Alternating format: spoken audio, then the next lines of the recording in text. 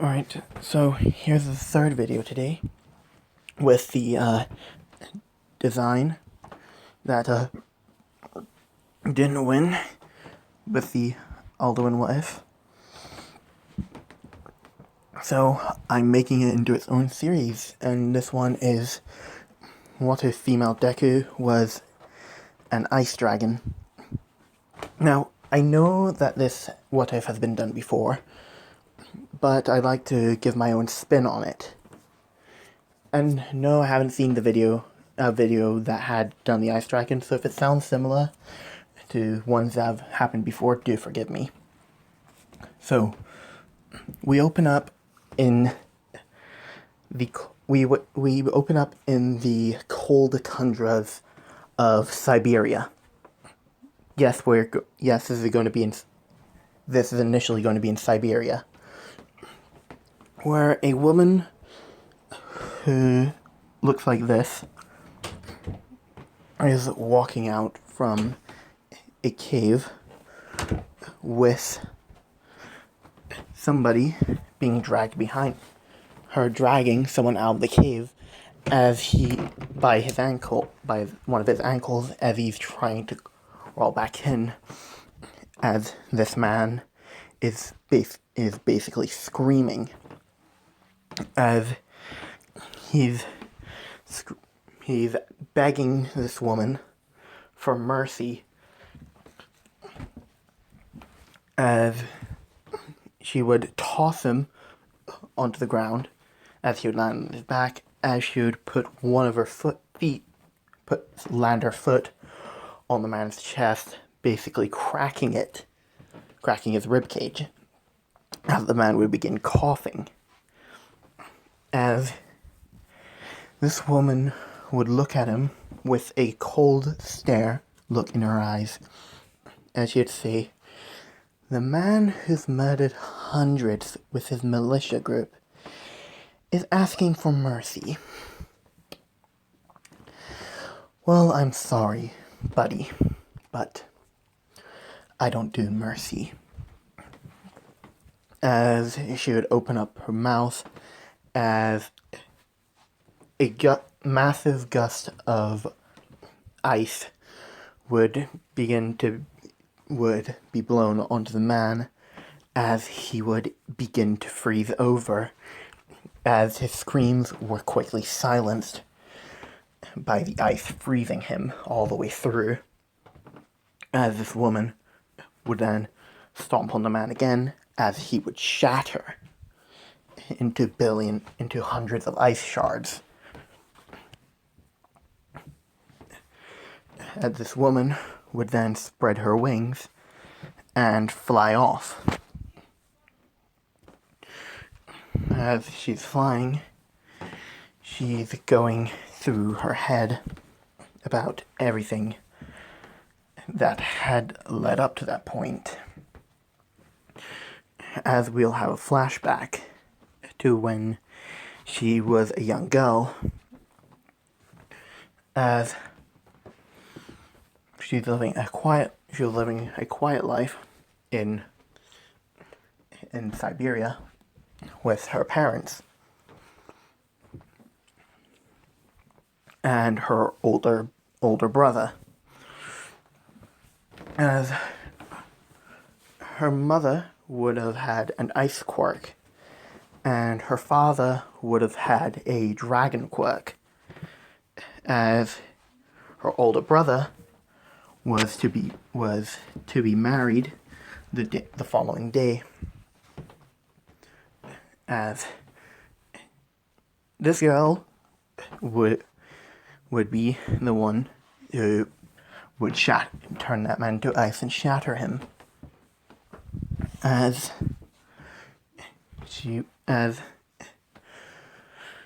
during the night, while she's out for one of her strolls, she comes back to her house ignited in flames,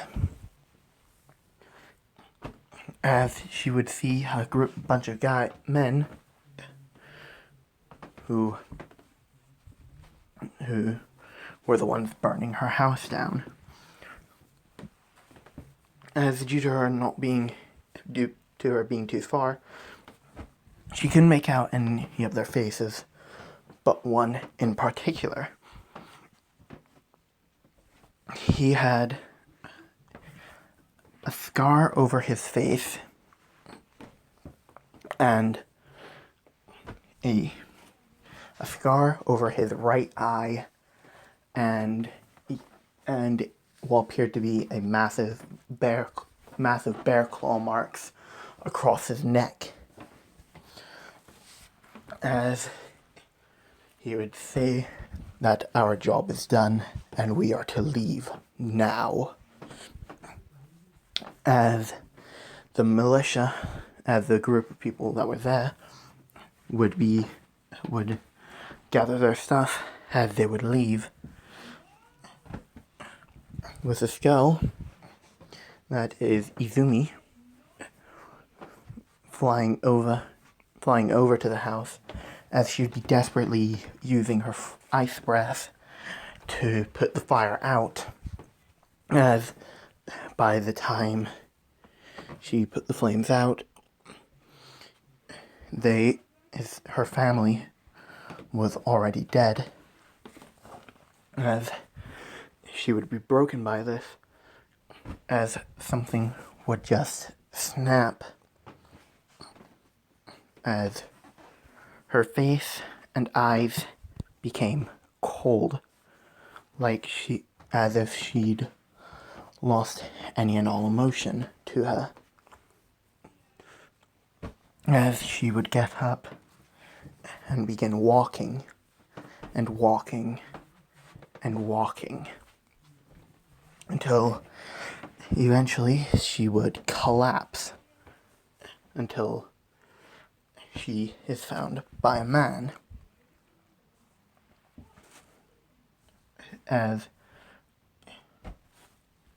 this man would be called Joseph. The man who found her would be named Joseph Schrodingham. Now, yes, I know this is a generic name, but I can't think of anything else. As he would take her back to his place, as he would try to wake her up, as she would wake up and ask in a cold, expressionless voice, "Who is he?" With the man giving his name, saying that my name is Joseph Schrodingham, and I'm the one who found you in that forest. As he asks her, "What is a young woman like you, young girl like you, doing out in the forest?" As she says, basically tells him that her home was burned down and her family is dead due to a group who called themselves the survivors of Stalingrad. As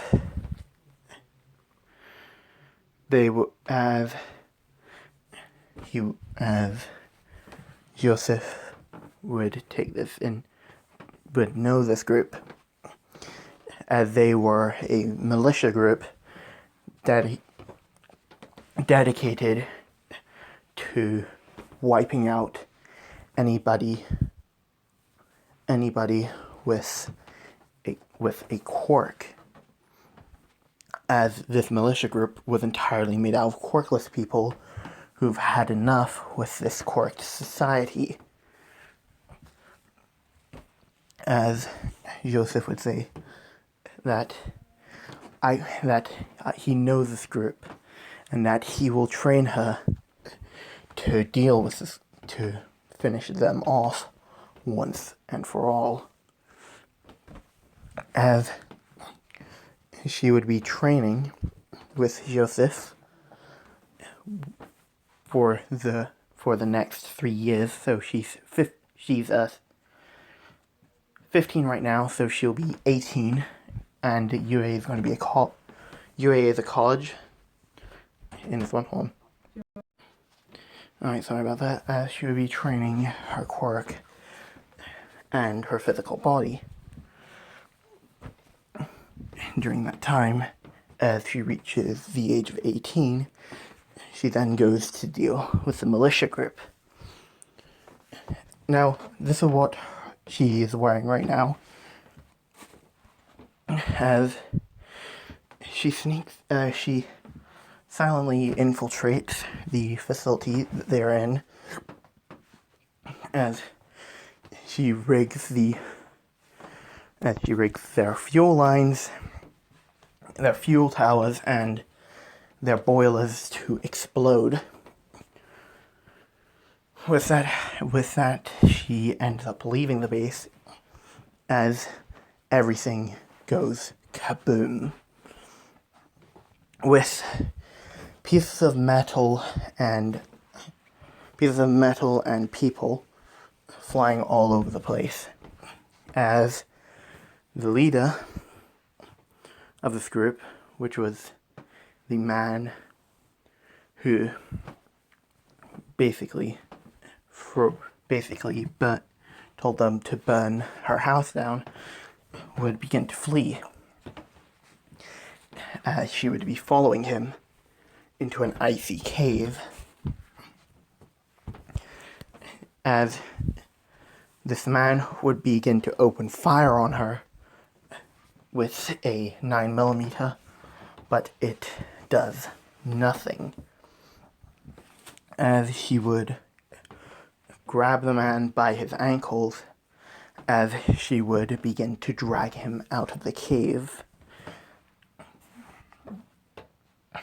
And that's where the flashback ends, as she's flying, and she doesn't notice how long she's been flying for, because she's currently flying over the Pacific Ocean. As she realizes this and doesn't know where she should go. So she decides to fly south. As she's heading south, she's noticing quite a large amount of ships with Japanese characters on it, as she would realize that she is approaching Japan. As Izumi would realize this and contact Joseph on the phone, with them speaking in Russian. Since this is her native language.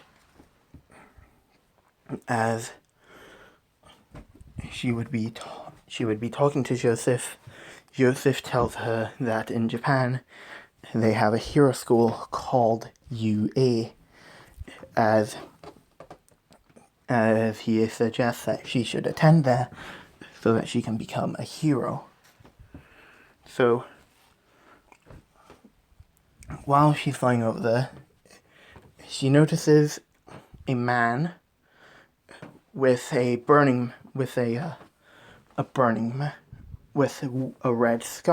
scar over on his left side, with hair that has been split in half, as she would see him enter a hospital building. As she would take note of this, as she would fly off. Now, in this timeline, as we all know, that is Shoto Todoroki. Shoto visits Rei often. So it's not like he doesn't visit Rei for about 10 years and then decides to visit her. No, he visits her often, whenever he has free time. So, and in this timeline, Endeavor and Rei are divorced after the incident with Shoto's scar. Endeavor divorced Rei.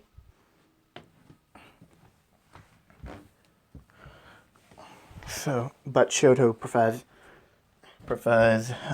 Rei, still prefers to talk to Rei rather than Endeavor. With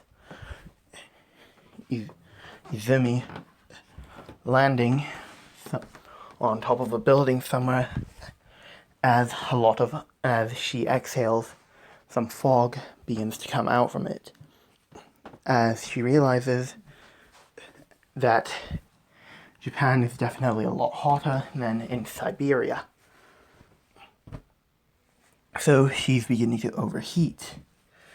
As she did land on top of the hospital roof, and since Rei is a bit more mentally stable, she's allowed to go out, and she decides to go to the roof for a breather, where she sees this girl with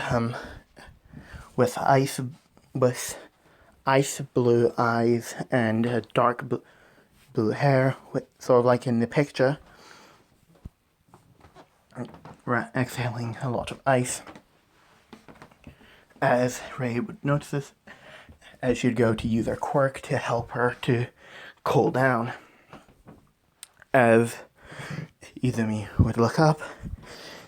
Now, she did learn Japanese a little bit because her mother was from Japan. As she says to Rei, thank you in Japanese. As Rei would say, that is no problem, as she asks, where is she from? As Izumi would respond with that she is from Siberia in Russia. As Rei would say, oh, you're from Russia? As Izumi would respond with, yes, she is, and she was just flying back to where she was when she lost focus of where she was, and now she's in Japan, as she also recollects that she called a friend of hers who said that she should attend a hero school called UA. As Rei would respond with, oh, you're going to UA? That's actually where my son will be going. As Izumi would hear this as she asks what UA is like, as Rei would tell her that UA is one of the most is the number one hero school in Japan, and students from all around the world come here to learn to become heroes. As Rei would ask her, so are you here to be a hero? As Izumi would say that she is. As you would ask Rei for directions to UA, as Rei would point her in the direction of UA. As she would say thank you to Rei,